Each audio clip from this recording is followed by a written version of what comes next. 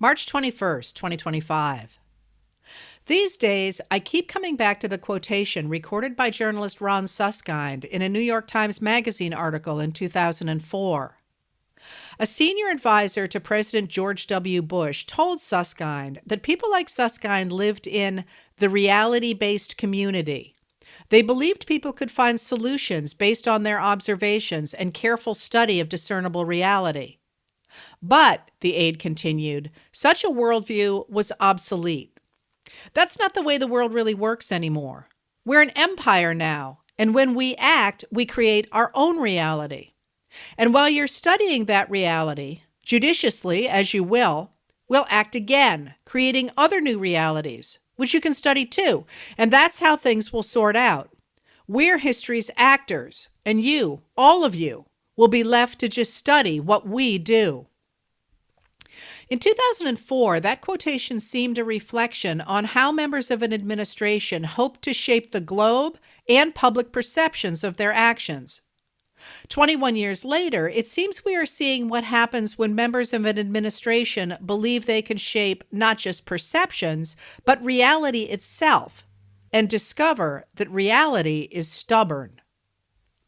After news broke last night that the Pentagon was preparing a top-secret presentation for billionaire Elon Musk on plans for fighting a potential war with China, members of the administration denied that Musk's visit to the Pentagon would include such a meeting. This morning, Musk posted on social media that the leakers will be found. I look forward to the prosecutions of those at the Pentagon who are leaking maliciously false information to the New York Times, he posted. Aside from appearing to confirm the story, one can't leak a false story, Sophia Kai, Danny Nguyen, Daniel Payne, Amy McKinnon, and Eli Stokols of Politico suggest that Musk's threat has backfired. We are public servants, not Elon's servants, one Food and Drug Administration employee told the reporters, adding, the public deserves to know how dysfunctional, destructive, and deceptive all of this has been and continues to be. A senior Federal Aviation Administration official said, referring to Musk, he is a leaker. When you put hard drives on data systems at government agencies, you are creating the biggest security breaches we have seen in years and years, possibly ever. A Department of Agriculture staffer said, if the Biden administration or Obama had acted like this, no one would have tolerated it. The Trump administration doesn't get a pass. Those angry at Musk and the cuts his Department of Government Efficiency team has made to the government have demonstrated their anger by launching a grassroots movement called Tesla Takedown that protests peacefully at Tesla dealerships. Law enforcement officers and experts in domestic extremism say they have found no evidence that acts of vandalism against cars, charging stations, and dealerships, there have been at least 10 such instances, are coordinated.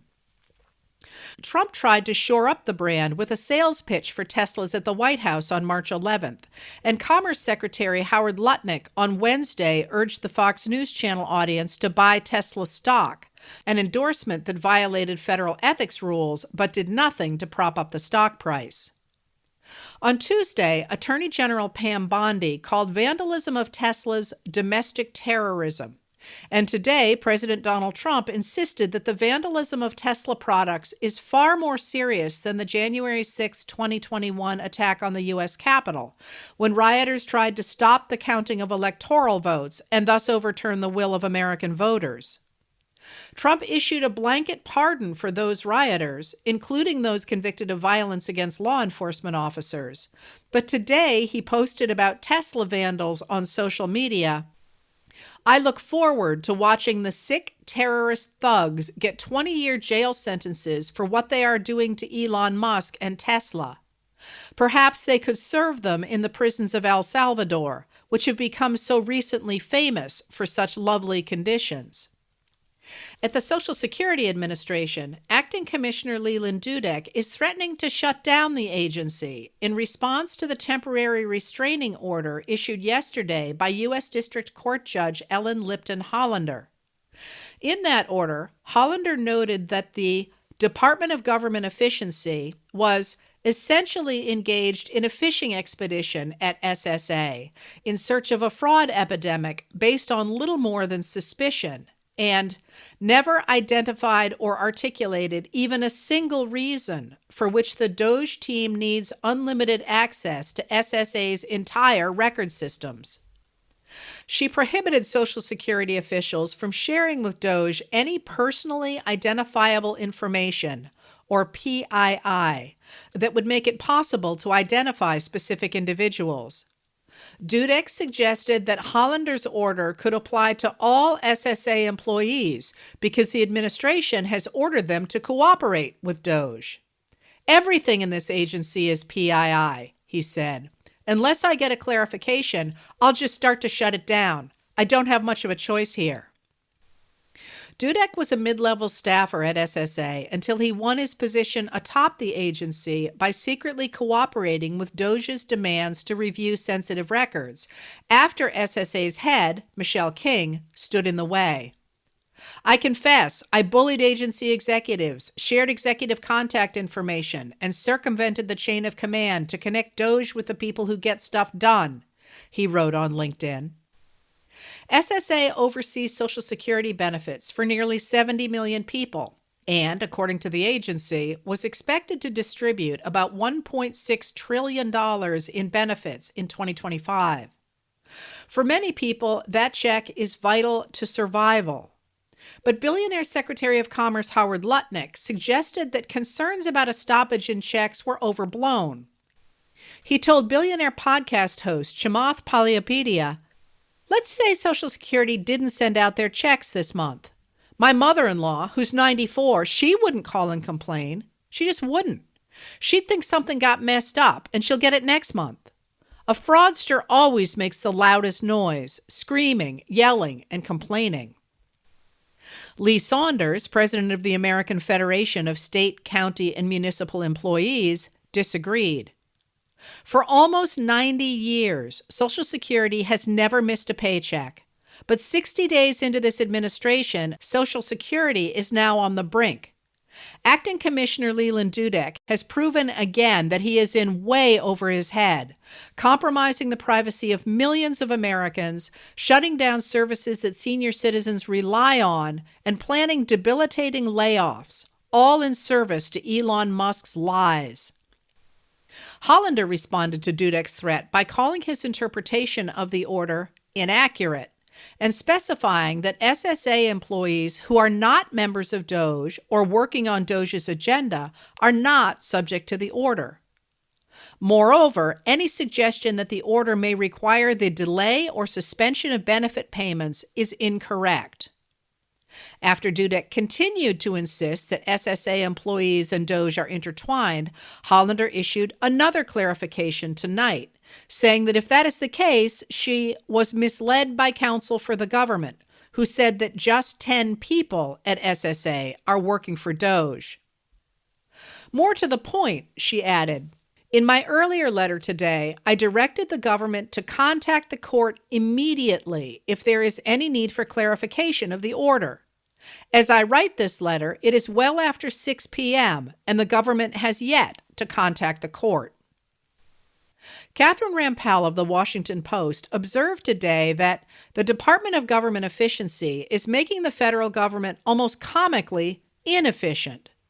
She wrote that Internal Revenue Service employees line up at shared computers on Mondays to submit their 5 things I did last week emails to DOJ, while taxpayer service calls go unanswered. Federal surveyors at the Bureau of Land Management are no longer allowed to buy replacement equipment, so when a shovel breaks, they can't simply replace it. They have to locate a manager authorized to file an official procurement form and order one. Many have had to ignore their actual jobs in order to scrub words from official documents. After interviewing frustrated civil servants for weeks, Rampell said, she has learned that routine tasks take longer to complete, grinding down worker productivity, while DOJ bogs workers down with meaningless busy work, which sets them up to be punished for neglecting their actual duties. All this talk of warfighter ethos, and our priority is making sure there are no 3-year-old tweets with the word diversity in them, one Pentagon staffer told Rampell. Crazy town. Administration officials are discovering that their idea of slashing through government might not have adequately considered how actual people might react to that destruction. As constituents erupt with anger, Republican lawmakers are refusing to hold town hall meetings. Yesterday, Representative Harriet Hageman, a Republican of Wyoming, responded to boos and heckling by saying, "It's so bizarre to me how obsessed you are with federal government. Your hysteria is just really over the top." When protesters dressed as chickens to goad Representative James Comer, a Republican of Kentucky, into holding a town hall, he issued a statement. Congressman Comer does not plan on holding therapy sessions for left-wing activists suffering from Trump derangement syndrome. In place of Republican town halls, Democrats are holding their own packed events in Republican districts. Senator Bernie Sanders, an independent of Vermont, and Representative Alexandria Ocasio-Cortez, a Democrat of New York, are on a fighting oligarchy tour across the country because, as Sanders says, people are profoundly disgusted with what is going on here in Washington, D.C. Today, 11,000 people turned out to hear Sanders and AOC in Republican-led Greeley, Colorado. Another 34,000 turned out in Denver.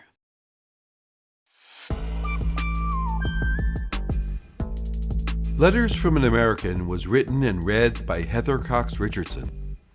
It was produced at Soundscape Productions, Dedham, Massachusetts. Recorded with music composed by Michael Moss.